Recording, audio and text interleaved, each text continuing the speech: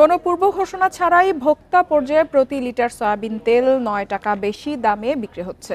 ব্যবসায়ীরা যে প্রক্রিয়ায় ভোজ্য তেলের দাম বাড়িয়েছেন এর আইনগত ভিত্তি নেই বলে মন্তব্য করেছেন বাণিজ্য উপদেষ্টা শেখ বশিরউদ্দিন।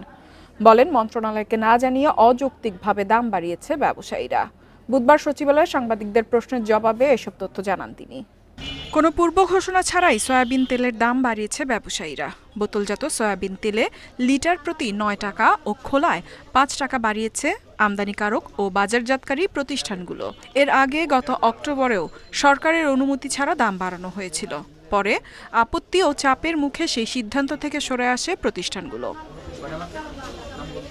অনুমতি ছাড়া বারবার ভোজ্য তেলের দাম বাড়ানোয় প্রশ্ন উঠেছে ব্যবসায়ীদের উপর সরকারের নিয়ন্ত্রণ নিয়ে। তেলের কিনতে হলে হিমশিম কেমন লাগে, বুঝলেন?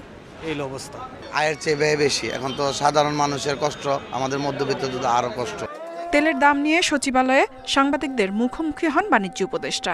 বলেন, অযৌক্তিকভাবে ভোজ্য তেলের দাম বাড়িয়েছে ব্যবসায়ীরা। যে কর্মকাণ্ডটা ওনারা করেছেন এর কোনো আইনগত ভিত্তি নেই। ওনারা যে দামে আজকে বাজারে বিক্রি করছে সেখান থেকে প্রায় 20 টাকা কম, 20 টাকা কমে আমাদেরকেই তেল দিয়েছেন। তো বাজারে 20 টাকা বেশি দামে তেল দেওয়ার কোনো কারণ, আমি তো যৌক্তিক কোনো কারণ খুঁজে পাচ্ছি না।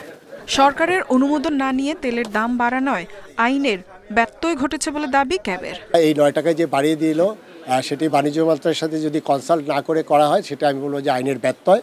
এবং সেখানে যদি বাড়াতে হয়, অবশ্যই এসেনশিয়াল কমোডিটি হিসেবে বাণিজ্য মন্ত্রণালয় যেহেতু এই দামটা নিয়ন্ত্রণ করে, সেই কারণে অবশ্যই এই কনকারেন্স নিয়ে যেটা এর আগে সবসময় হয়েছে সেটাই করা উচিত। রমজানে ভোগ্যপণ্যের দাম স্থিতিশীল রাখতে সরকারের সব ধরনের প্রস্তুতি আছে বলেও জানান বাণিজ্য উপদেষ্টা।